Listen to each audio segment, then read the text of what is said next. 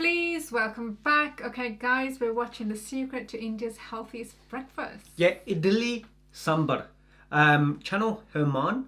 I'm guessing that's probably his name. But yeah, Channel Herman. Thank you to Kalpish for sending this link. You. I was going to say we normally feel hungry when we're going to watch stuff like this, but today we've had aloo parathe. It's an off chance. I've made parathe. We're starting late. So we're full. Kids are home, so obviously Christmas, everything's parathe. good.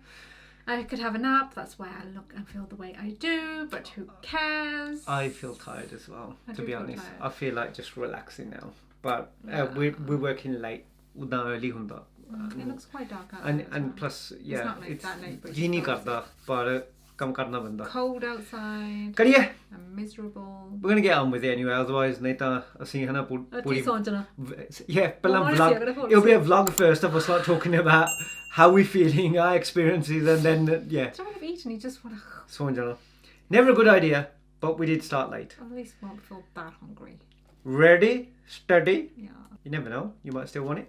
These fluffy cakes are idli, one of India's healthiest breakfasts. When I posted this short, I had no idea it would reach 18 million people and hit more than 900,000 likes. So in this video, I'm going to share the secrets to one of India's most famous and healthiest breakfasts, Idli Sambar. I'll show you how to nail that fermentation to make the fluffiest idli, how to make your own sambar from scratch, and how to whip up an epic coconut chutney. Plus, if you watch till the end, I'm going to share some tips on how to speed things up and how to substitute some of the ingredients if you can't get them. Let's go. As you can see, I didn't want to say my First up, let's prep our idli. They are made from a fermented rice and lentil batter that can sometimes be a little bit difficult to get right. But follow these steps and you will have the fluffiest idli every time. We'll start with 300 grams of idli rice, which is rice that has previously been parboiled.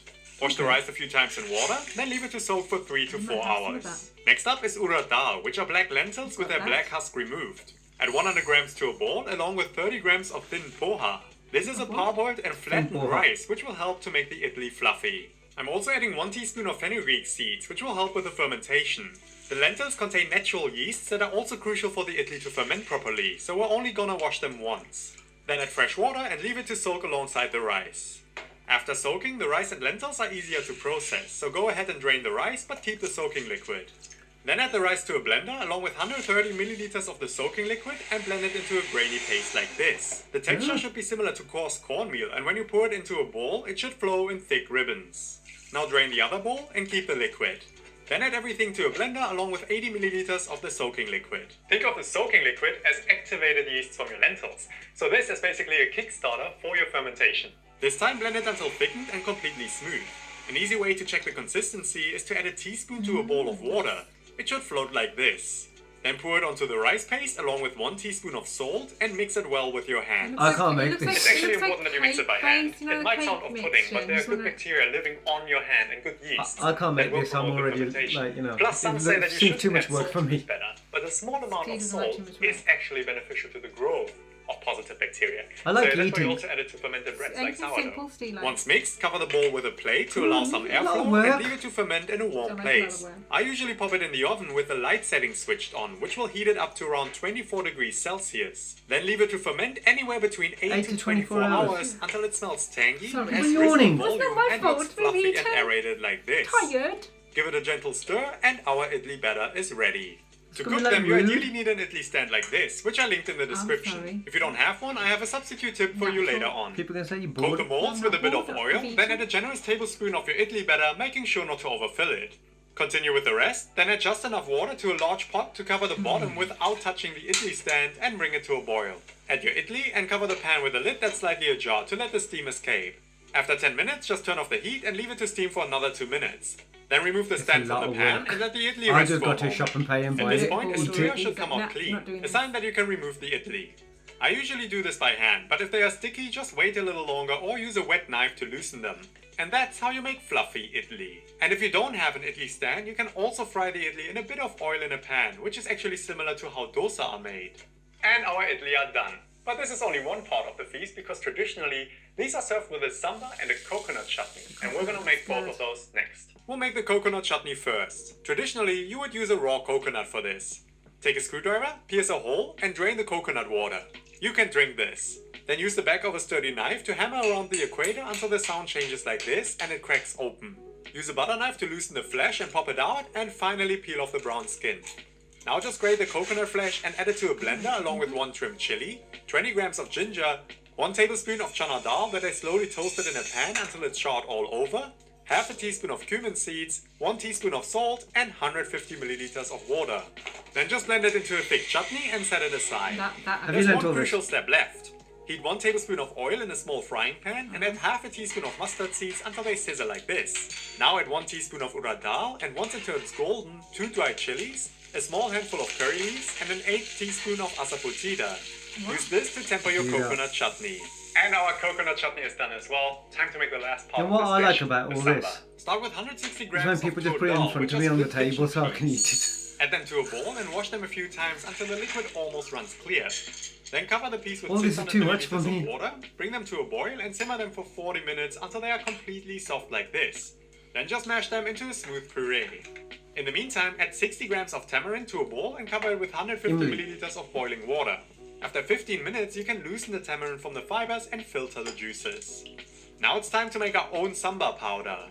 Start by deseeding around 10 Kashmiri chilies and toast them. Then toast 1 tablespoon of coriander seeds, half a teaspoon of cumin seeds, half a teaspoon of black pepper, and half a teaspoon of fenugreek seeds. Add a small handful of curry leaves and continue toasting until they look crisp. Finally, toast 1 tablespoon of chana dal and half a tablespoon of urad dal until golden.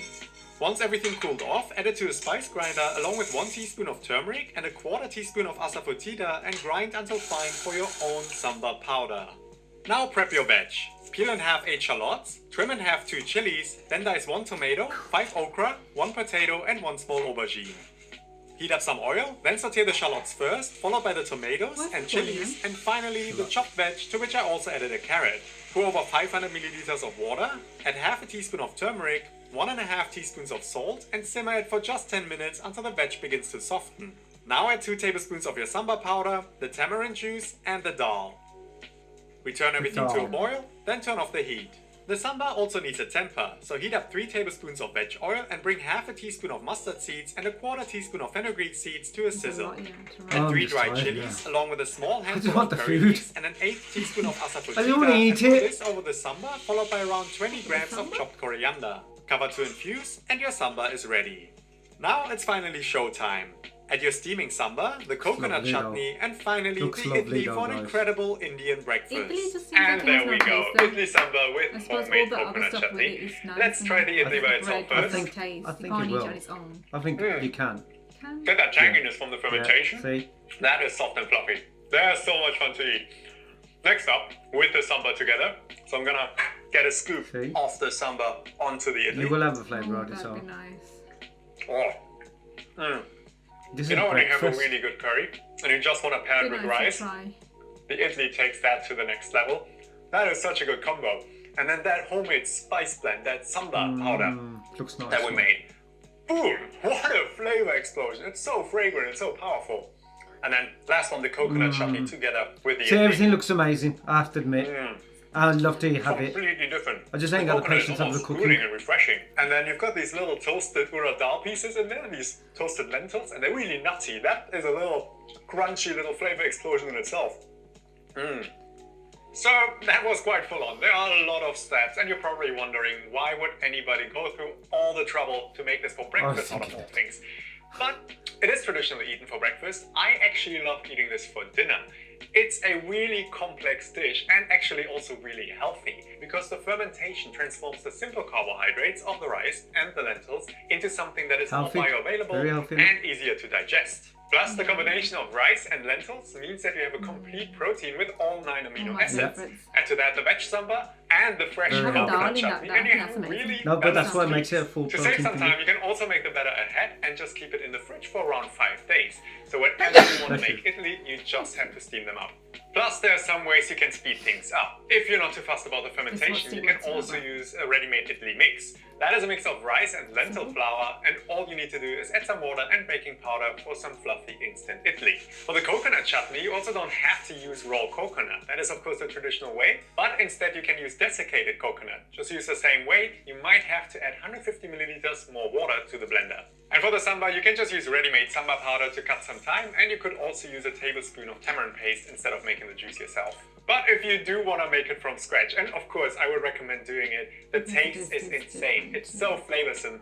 Then check out the links in the description where I linked some of the ingredients that I use, but you can actually find most of them in Asian grocery stores. So that's how you make idli sambar with coconut chutney. The links to all 3 recipes are in the description below. And this video was part of my series Vegan Cultures, where I show how versatile natural and cultural plant-based food can be. If you want to support that mission, then please hit thumbs up and subscribe, and watch the other videos in my playlist. Thank you so much for tuning in, and as always, that is good. Okay. I really like that about him, that he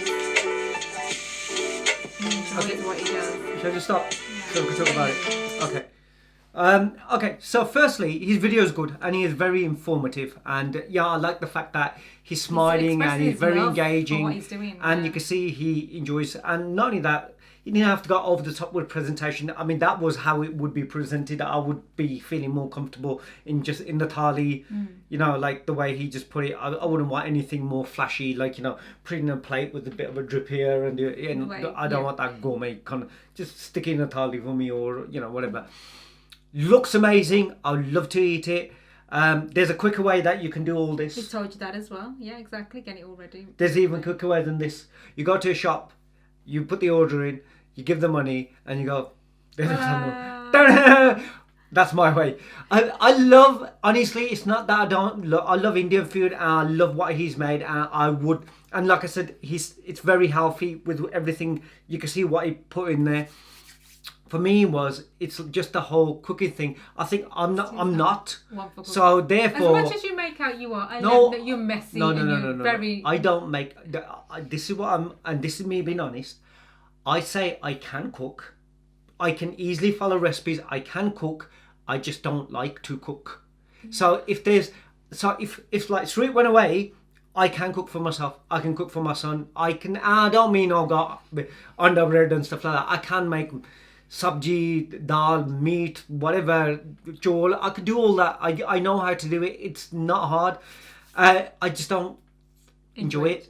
So you can see this guy really enjoys it. So it's once in a while you do it, fine. And like I said, whilst he was going through all the ingredients, all I was thinking was, that's a lot of work, but I would love to eat it. I would love someone else to make it for me, and I'll eat it. Yeah. That's it. And that's what I was saying.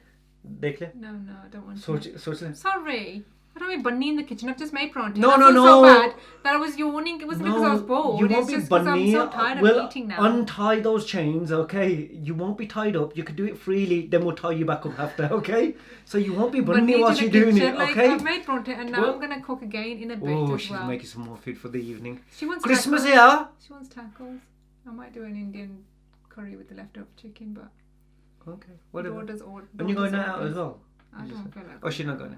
So anyway, but we get more food anyway. But that looks lovely. Would you breakfast or evening? Breakfast or evening? I'd have it all day long. Breakfast, evening. Yeah, I mean, no clay drama going all day long. Oh, what? Do you know how much I love my... तो है ना स्वयं नु खा के ना राजना बस होगी मैं all day long. Anyway, guys, that was the video. Let us know if there's any other videos you guys want to see from his channel, or any other cooking videos or informative videos, any different kinds. Do let us know. We'll send them to Cal, send them to us, and we'll check them out. And we'll see you on the next one. See you. Take it easy. Bye. Bye.